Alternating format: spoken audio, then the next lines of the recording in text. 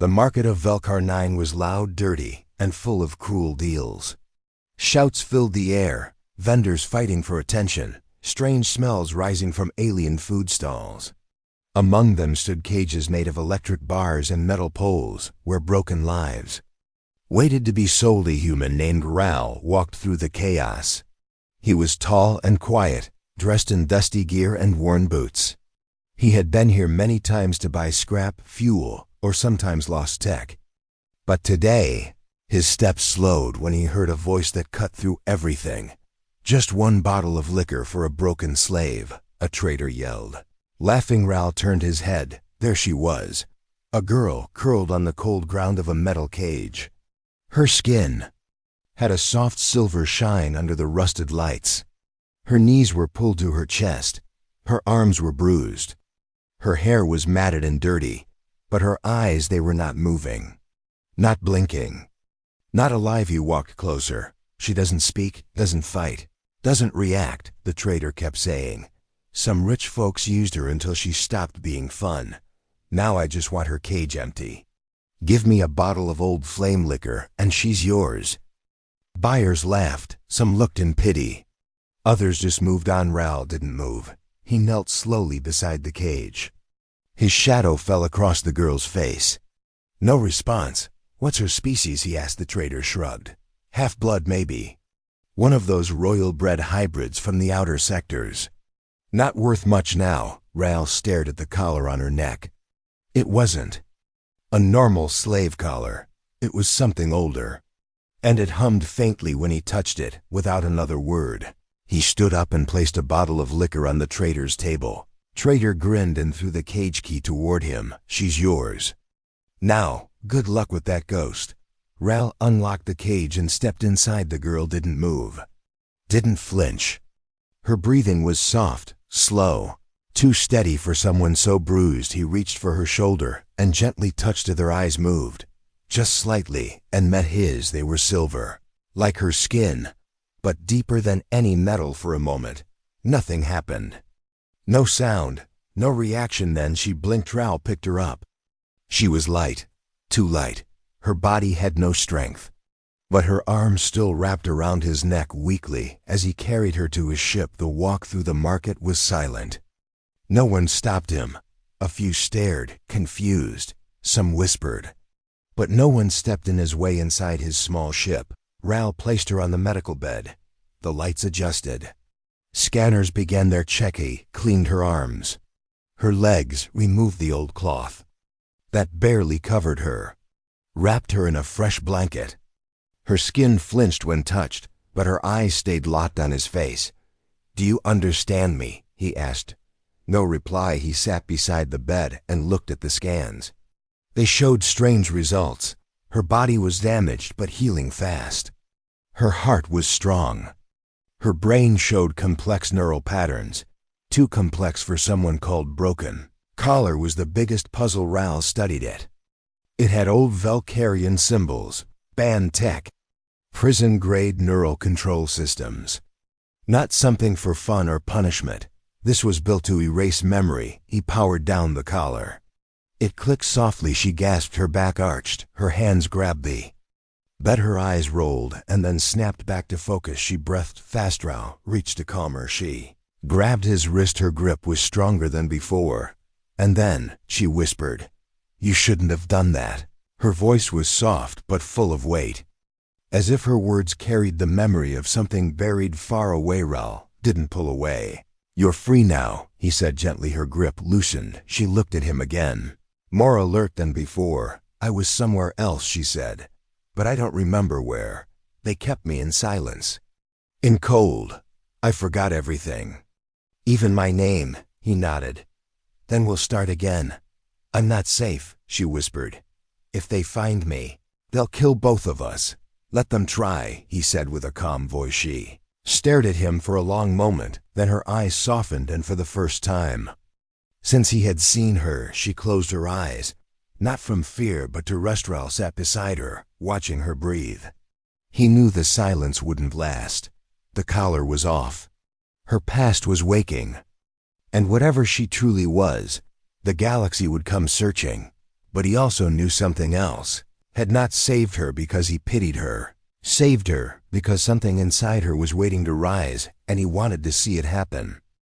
The engines hummed softly as the ship drifted through empty space. Raoul stood in the doorway, watching her sleep. She hadn't spoken again since those 6 words. You shouldn't have done that. But something had changed. Her chest rose and fell with calm rhythm. Her body didn't shake anymore. Her skin, though pale and marked, looked less lifeless. And her arms, once limp like broken twigs, now rested folded near her heart. Raoul didn't sleep that night. He stayed near the door, leaning against the wall, his hand resting on the blaster holstered at his hip. Not because he feared her, but because deep inside, he didn't want to miss it if she woke and remembered something. The next morning came with no alarms. The stars outside blinked quietly. The girl stirred, opened her eyes slowly, and looked around. She sat up without a word, holding the blanket around her chest. Raoul stepped forward and offered her a small bowl of warm broth. She took it with both hands and stared at the steam for a long time before lifting it to her lips. The way she drank was careful, like she didn't trust the heat. Or maybe didn't remember how food was supposed to feel. "What's your name?" Raoul asked softly. She looked up at him and blinked. "I don't know," she said after a moment. "They took it from me." He nodded. "Do you remember where you came from?" "I see flashes," she whispered. "A sky filled with red suns, a tower of crystal walls, and then silence." She pressed her palm to her head. "There were voices in my mind, commands, then pain, then nothing. Only cold." Raoul sat across from her, keeping his voice low. "Do you remember who put that collar on you?" She shook her head. "But I remember what I felt when you took it off. My skin knew it, my blood knew it. I wasn't meant to wear that thing. I think I was someone else before it. Someone powerful." Raoul watched her closely. He had scanned her blood while she slept. He hadn't told her yet, but she wasn't just anyone. Her cells carried markers used only in engineered royal lines, the kind made to command and something else. The ship's eye had begun acting strange since she arrived. It responded faster, recalibrated its shields, powered down, weapons near her. The ship was beginning to serve her without commands. "You're not broken," he said. She looked away. "I feel broken. I feel like pieces of a mirror that once reflected something strong. Now I'm just cracks and dust." Raoul leaned forward. "I don't care about who you were. I care about who you want to be now. The past can stay buried. But your future, that's something we can build together." She looked at him for a long time. Her silver eyes slowly blinked. Her lips parted, like she wanted to say something. But then she turned away again. Suddenly, the ship shook. An alarm flared. Proximity alert. Incoming vessel. No ID code. Raoul jumped to the console and checked the feed. A dark ship was approaching. No calls, no signals. But it was fast and heavy. "We've got company," he said. Gripping the control stick, the girl stood beside him, staring at the screen. Her eyes widened. "I've seen that shape before," she whispered. "Not in dreams, in memory." The dark vessel fired a pulse. The ship's lights dimmed. "We're hit," Raoul shouted, power rerouting. He tried to maneuver, but the controls jammed suddenly. The girl placed her hand on the panel. Without warning, the console lit up under her fingers. Symbols appeared in an ancient language. The engines restarted. The shields flared back to life. The AI voice spoke in a tone Raoul had never heard. Primary command recognized. Empress protocol engaged. Raoul froze. The girl's eyes glowed faintly. She didn't move. Her hand pressed into the panel like it belonged there. The ship turned by itself, dodged the second pulse, and returned fire, striking the enemy's engines in one move. The dark ship spun away. Disabled silence returned. Raoul looked at her. "What just happened?" She pulled her hand back slowly. "Think the ship knows me," she said. "Or maybe I know it." The I voice returned. Royal command accepted. Memory sequence available. Would you like to restore core identity? Ral stepped closer. You don't have to. Not unless you're ready, she shook her head. No, if I'm going to live, I need to know who I am. Even if it hurts. She pressed her hand again. The lights dimmed, a humming sound filled the ship, and, in the middle of the room, a hologram began to form, not of battles or crowns, but of a child running through fields under red suns. She gasped. That's me, she whispered. Ral didn't say a word. He just stood beside her. He knew the galaxy had stolen her name, stolen her memories, stolen her strength. But now she was remembering, and he would make sure no one ever took that from her again. The lights on the ship flickered once again, but this time not from damage. The hologram still hovered in the air, showing the image of a little girl running through red fields under two suns. Her silver hair danced in the wind, and her laughter echoed like music across the room. The girl who watched it now had the same silver glow in her eyes. But none of that laughter remained on her face. Ral stood silently near the edge of the console. He didn't move. He didn't breathe hard. He just watched her. Is this who I used to be? She asked quietly. Ral nodded. That's you. Before the collar. Before they wiped you. She touched the air, letting her fingers pass through the hologram. As she did, the image shifted. The child faded, and in its place stood a young woman in armor. Her eyes were sharp, her body strong. Behind her, thousands of soldiers stood in rows, all of them kneeling. Ral's breath caught. You weren't just royalty. You were their leader. The ship's AI spoke again, this time with a voice that carried respect. Designation confirmed. Supreme Heir of House Celerin. Code clearance Alpha 1. Welcome back, Empress. The girl stepped back, her hands trembling. I don't remember commanding armies. I don't remember choosing to lead. I just remember screaming, chains, darkness. Ral stepped forward. They didn't want you to remember. Because if you did, you'd take everything back. The room went still then. Suddenly, every screen across the ship lit up with systems resetting. The ship wasn't crashing. It was upgrading. The AI voice returned. Authorization complete. Starship Hellinix is now under royal control. Switching flight interface to primary blood command. Awaiting directive. Ral stared at the screen. This ship was a royal war vessel, hidden in plain sight. No one knew. Not even me. The girl blinked. Why would it choose now to wake up? You woke it, Ral said. Your presence. Your blood. Your will. Outside the window, the stars seemed closer now. Brighter. The ship wasn't just alive, it was aware. It responded like it had a soul. And that soul had been waiting. Ral tapped the console again. Do you want to know how I found this ship? She turned toward him, eyes questioning. I bought it from a junker 7 years ago.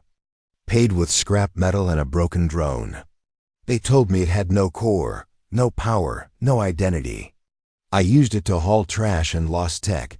But now I see, it was never broken. It was just waiting for you. She looked around the ship again. The walls no longer felt cold. The lights no longer flickered.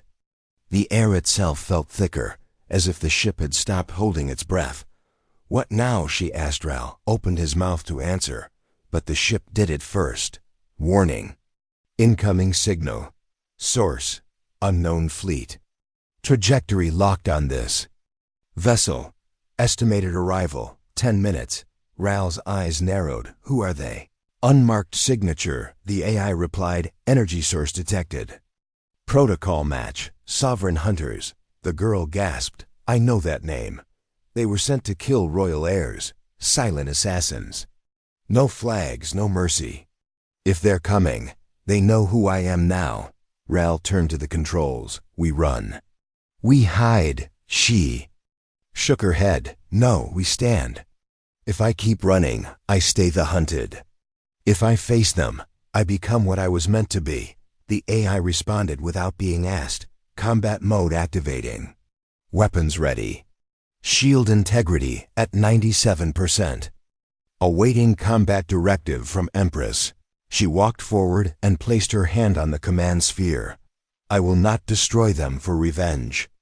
I will not fight because they fear me. I will fight because I remember now. I remember the others they broke. The girls like me, sold, silenced, forgotten. I remember every scream they buried. And now, I speak for them. Raoul watched her. This girl who had once been silent on a cage floor, now standing like the stars themselves were listening. The AI flared again, target lock complete. Awaiting final command, she looked at Raoul. Stand with me. He didn't hesitate. I already am. She breathed in once, steady and strong, then gave the order. Fire. A flash of light burst from the ship's core. The energy cannons lit up the dark space around them. The enemy vessel, sleek and black, tried to twist away, but it was too slow. The blast hit its engines. A second followed. Then a third. In seconds, it was spinning, disabled. Drifting through space without power, the girl stood still. Her eyes glowing faintly, the ship spoke one last time before silence returned. Threat neutralized. Long live the Empress, Raoul turned. To her, what do we do now? She didn't smile, but her voice was calm and certain. We go back to where they started breaking me, and we end it where it began. The wreckage of the enemy ship floated behind them, sparking and silent. The stars had returned to calm, but inside the Hellenics, nothing was calm anymore. The girl sat in the center of the chamber where the hologram still glowed. Her fingers ran across symbols she didn't know she remembered. Each light she touched unlocked another fragment. Another screen buried deep inside her blood. Raoul watched her from the side. He didn't interrupt. He just listened. I wasn't just trained. She said softly, I was designed. Her voice cracked. They shaped my mind to command, my emotions to obey, my body to endure. I wasn't raised. I was built. From the moment I opened my eyes, I was a product, not a person. Raoul walked closer. You're not that anymore. She shook her head. I don't know what I am. They erased so much. But every memory that comes back, every flicker, shows the same thing. I was dangerous. And someone feared me enough to put that collar on my neck. Raoul leaned down and touched the panel beside her. A hidden drawer slid open. Inside, a black box no larger than a book. Royal insignia carved into the lid. He lifted it and handed it to her. Found this buried under the ship's floorboard. I figured it was just another sealed relic. Until the ship told me it was keyed to your touch. Her hands trembled as she took it. The moment her skin met the surface, the box hissed, unlocked itself, and unfolded like a puzzle piece. Inside, one item rested on a velvet cloth crest. Broken in two, she picked it up slowly. Her breath caught. This was mine, she whispered. This was given to me on my blood-naming day. It meant I was chosen. Me, not my sister. Raoul raised an eyebrow. You have a sister. Her fingers tightened around the crest. She was born. Second, but prettier. Quieter, easier to control. I fought. I questioned. I made them nervous. And one day, she was standing on the throne stairs, and I was gone. Taken at night, drugged, silenced. They told the people I had died in an accident. Raoul's voice lowered, and she became heir. The girl nodded. She's the one who signed the order to wipe me. She's the one who approved my collar. She didn't want a rival. She wanted a throne, without me standing in the way. The ship's eye interrupted with a new alert. Signal detected. Multiple vessels entering range. Scans show royal codes.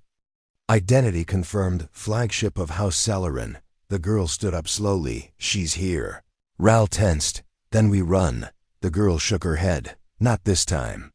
This is where it ends. She walked to the bridge. Her movements were calm, not with hate, but purpose. She stood tall in front of the screen as the royal flagship drew near.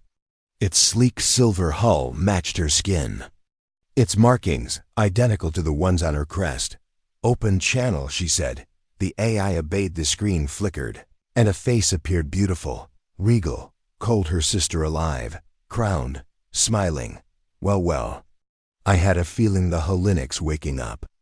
Wasn't random, the sister said, and I was right. You're harder to erase than I thought. The girl's eyes narrowed. You tried to sell me like junk. You chained me, branded me, buried my name. Why? The sister's voice was smooth. Because you were always too strong, too stubborn, too real, and real queens don't survive in our world. I offered you a way out. You didn't take it. So I made one for you. Ral stepped beside the girl. She's not alone now. The sister's eyes flicked to him. A human, of course. You always did have a soft spot for broken things. The girl raised her voice. I remember what they did now. I remember every test, every scar. Every night they put cold metal against my skin to see if I would scream. You watched it. And said nothing. The sister's face twitched. You were meant to be a weapon. I turned myself into a ruler. That's the difference between us. The girl stepped closer to the screen, and yet here I stand, without chains, without fear. And the ship you failed to awaken chose me. The sister laughed once, sharp and hollow. Then prove it. Meet me on the old throne world. Come alone. Let's finish this where it started. The screen went black. Ral looked at her. It's a trap. She nodded. Good, because this time I'll be ready. The ship Hellenics entered orbit around the dead throne world, a planet once wrapped in gold, now covered in dust and ash. The royal towers had fallen. Statues of rulers stood cracked and crumbling. The wind carried no sound, just whispers from a time long gone. Ral stood by the girl as the landing ramp lowered. She wore no crown, no armor, just a long black cloak, a single silver band around her wrist, the same band once used to chain her. Now it shimmered like a badge of memory. Are you sure about this? Ral asked. I have to be, she said. Ship spoke softly through the speakers, warning. Enemy forces detected on surface. 10 guards, 1 flagship, 1 royal shield bearer, confirmed match with Princess Kalira. The girl took 1 step forward, her voice calm. She's not a princess. She's a thief who wears a stolen title. Ral followed her into the wind. His boots crunched over old stone. He kept 1 hand near his sidearm, eyes scanning the ruins. The sun above them was red and low, casting long shadows. Then they saw her. Kalira stood between 2 ancient columns, dressed in ceremonial white, a blade at her side. Around her were guards in black armor, silent and still. So the ghost walks. Kalira called out. The girl didn't stop walking. You took everything from me. And still, I'm standing. I gave you freedom, Kalira said with a smirk. Freedom. From a crown you were never fit to wear. You were wild, untamed, dangerous. Ral stepped beside her. And now she's awake. And she remembers. Kalira's smile faded. This is between us, human. Walk away, and you might survive. Ral didn't move. If she falls, I fall with her. The girl turned slightly toward him, something in her eyes softening for just a moment. Then she faced her sister again. You want the throne. Keep it. I don't care about crowns, but I will not let you silence me again. I will not vanish because you fear the sound of my voice. Kalira drew her blade. You think you can stop me without an army? The girl lifted her wrist, and the ship above responded. A light beam cracked the sky. 100 tiny drones poured out like a river of sparks. They formed a circle around the guards, not attacking, just watching. The AI voice echoed across the canyon. Protective protocol active. Combat interference disabled. Dual conditions accepted. No outside engagement permitted. Kalira's face turned pale. You turned the Hellenics into your second skin. Clever. The girl stepped forward. No tricks. No fire, just truth. You and me. Kalira raised her blade and rushed forward. The girl moved with speed that surprised even herself. Her body remembered the training her mind had forgotten. She ducked the first swing, caught the second with her arm, spun under Kalira's strike, and pushed her sister back. "You always hated that I was stronger," she whispered. "You wanted the pretty words, the soft dresses. But I learned how to lead with fire." Kalira screamed and attacked again. Their blades clashed in the middle of the broken palace floor. Sparks flew. Wind howled through shattered windows. Neither backed down. Then Kalira lunged forward, but too far. The girl turned, dropped low, swept Kalira's legs. The crownless sister fell hard. The blade flew from her hand. Ral stepped forward, but stopped when the girl raised her hand. She walked toward Kalira, breathing hard, her cloak torn, blood on her cheek. She picked up the blade and held it to Kalira's neck. "You taught me fear. Now I teach you mercy." She tossed the blade aside. Kalira stared up, shaking. "You won't finish it." "No," she said, "because I'm not like you." The drones pulled back. The I voice spoke again. Victory declared. Combat locked. Royal seal returned to rightful heir. Kalira tried to rise but fell back again. Ral stepped beside the girl. "So what happens now?" She looked out over the broken throne room. "I don't want to rule. I want to rebuild, but not this empire. I want to build something clean. Something no one can take with collars and lies." She looked at Ral. "Will you help me do it?" He smiled. "Was never planning to leave your side." Behind them, the Hellenics waited, and above, the stars watched the fallen and the rising, and knew which one would shape the next age. The throne world faded into the distance behind them. The Hellenics sailed through silent stars once more. But peace didn't follow them inside the ship. The girl sat in front of a projection, not of herself this time, but of old records hidden deep in the ship's core. Files that were never meant to be found. Files only a royal bloodline could unlock. Ral stood nearby, arms crossed, eyes sharp. "These documents show they built you in a secret facility. Not born, not raised. Designed from nothing. Genetically crafted to control fleets. Emotionally conditioned to obey commands from royal blood only. But they made a mistake." The girl stared at the words glowing on the screen. Her hands shook slightly, but her voice stayed steady. "They gave me too much will, too much spirit. I wasn't easy to mold. I asked questions. I made my own choices. So they marked me defective. Then they erased me." Ral moved closer. "Called you a weapon, but they couldn't control you. So they buried you instead." She stood up slowly and walked to the center of the ship. The lights followed her. The ship's AI spoke with calm clarity. Message intercepted. Multiple fleets activating across the core systems. Orders state full retrieval of subject Celerin Prime. Classified threat status, Omega. Kill on resistance. Girl took a breath, calm but heavy. "They know I'm alive now. Not just the family, the empire. They know I broke the collar. They know I remembered everything." Ral clenched his jaw. "Which means they'll come with everything they have. Not just hunters, not just assassins. Entire fleets." She nodded. "They want me back in a cage. Or buried in space. Either way." Silent Ral stepped toward the controls.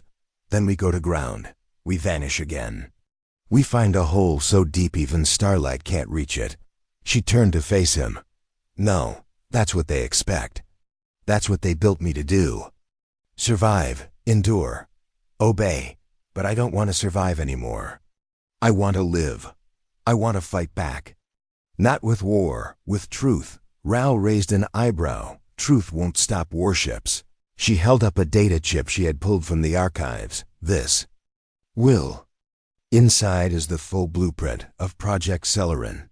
Names, experiments, every royal family member who signed the order. Every lab where they built children like me. If I send this out, the whole galaxy will know. The mask will fall. Ral's voice dropped low. "You'll start a fire that no one can put out." She looked him in the eyes. "They built me to serve the empire. But what if I could tear it down with the very code they used to shape me? He didn't answer right away. Then, he gave a slow nod. You'll be hunted by more than royals. Power hates exposure. She smiled, not a soft smile, but the kind made of resolve. Let them come. I'll never wear a collar again. And I'll make sure no girl after me ever does. The AI chimed again. Incoming transmission. Open channel. Source rebel frequency. Identity match. Captain Vex Lauren. Message is encrypted. Playing now, the screen lit up with the face of a scarred man in old combat armor. His voice was raw but clear. If this is the one they called Celerin. Prime, I saw what you did to Throne World. I saw you walk away instead of conquer. That means something. We've got people scattered across 20 systems, hiding. Broken. Waiting for a voice to believe in. If you speak, we will follow. Not because of fear, but because of hope. The message ended. The ship went silent again. Ral leaned on the leaned edge of the console. You just got your first army. And you didn't fire a single shot. The girl stared at the blank screen. They followed a ghost. Now they'll follow a truth. Ral looked out the window. More ships coming. Not friends this time. She walked to the core and inserted the data chip into the main relay. Then let them come. Because when they reach me, they'll find someone they never finished building. Someone who rewrote her own story, the AI. Pulsed once with light. Uploading Project Celerin files to open networks. Data breach in progress. Viral code activated. Estimated galactic exposure, 99% within 20 hours. The girl stepped back. No more secrets. No more. Silence. She turned to Ral. We don't run now. We rise. The data spread like fire across the stars. By the time the Hellenics reached the edge of core space, the whole galaxy was already shaking. Broadcast towers on mining planets lit up with forbidden truth. Pirate fleets paused their raids to listen. Slave rings collapsed as buyers turned into fugitives. And in the quiet corners of old space, whispers of one name rose louder and louder. Celerinth. Girl who was once sold for a bottle, now stood on the deck of a warship fully awake. Not just in memory, but in purpose. Ral stood beside her, dressed in reinforced gear, his face hard but calm. We've got reports from 13 systems, he said. Uprisings, marshes, even defectors from royal navies joining rebel lines. Your message is working. She didn't smile. It's not about messages. It's about breaking the spell. For too long, the Empire made people believe they were too small to matter. I showed them the truth. That even a girl left in the dirt can rise and bring empires down. The AI spoke again, voice low and urgent, alert. Imperial flagship Colosser approaching. Commanded by Supreme Chancellor Naor. Hostile intent confirmed. 22 war vessels following. This is not a patrol. This is an execution. Ral stared at the screen. That's the whole hammer. They're not coming to capture you. They're coming to erase you. The girl walked to the front of the bridge. Then let them try, because this time I have no chains. No collar, no fear. She raised her hand to the command orb. The Hellenics pulsed in response. Its hull began to shift. Armor plates opened. Energy cores charged. Systems long dormant came alive. This ship was meant to be my prison. Now it's my voice. The eye glowed brighter, diverting full power to countermeasure systems. Dread mode engaged. Planet-scale shields activated. Ready for impact. Outside, the black of space lit up with enemy engines. Red flares streaked toward the Hellenics. Missiles, plasma cannons. Null bombs. Ral grabbed the edge of the console. They're throwing everything. The girl didn't blink. Good, because I'm done hiding. She lifted both hands. The Hellenics responded, as if it were alive one by one. The enemy missiles turned mid-flight and vanished into dark energy clouds. The dread shields absorbed plasma fire like raindrops. The black hull of the Hellenics shimmered, bending light. hiding its shape. Then it struck back, not with fire, not with death, but with a pulse. A single wave of light spread out from the ship, across space, across systems inside every royal vessel. Their engines died inside their cockpits. Their screens froze. Their weapons turned cold. The AI whispered, "System override complete. Royal fleet disabled. No casualties. Combat locked. Non-lethal deterrent achieved." Ral stared in disbelief. "You just stopped 22 ships without hurting a single person." The girl lowered her hands. "I don't need to become what they are. I win by breaking the cycle. No more blood for blood." Her voice was calm, her face still, but her eyes burned with quiet fire. She walked to the broadcast chamber. The galaxy waited. She stepped into the light. Cameras powered up. Signals aligned, and then she spoke. My name was erased. My body was used. My voice was taken. But I remembered. I broke the collar. I rewrote my name. I am Celerin. And I was never a weapon. I was never broken. I was silenced. And now I speak not just for myself, but for every voice they buried, every girl they sold, every rebel they crushed. Today, the silence ends. Across the galaxy, people cried on planets still scarred from war. Children pointed to the sky and whispered her name, and in the throne halls of power, rulers trembled. Ral waited outside the chamber. When she stepped out, he met her with a quiet nod. "What now?" he asked. She didn't hesitate. "Now we build, not a kingdom, not an empire, but something real. Something that doesn't need thrones or chains to survive." Ral smiled. "Where do we start?" She looked around. Anywhere people were forgotten. "That's where we go next." The ship turned slowly, not fleeing, not chasing, just choosing a new path above them. Stars watched, and for the first time in 1,000 years, they saw something they had forgotten: hope. She was once traded for a bottle. Now she carries a galaxy on her shoulders, and she walks forward without fear.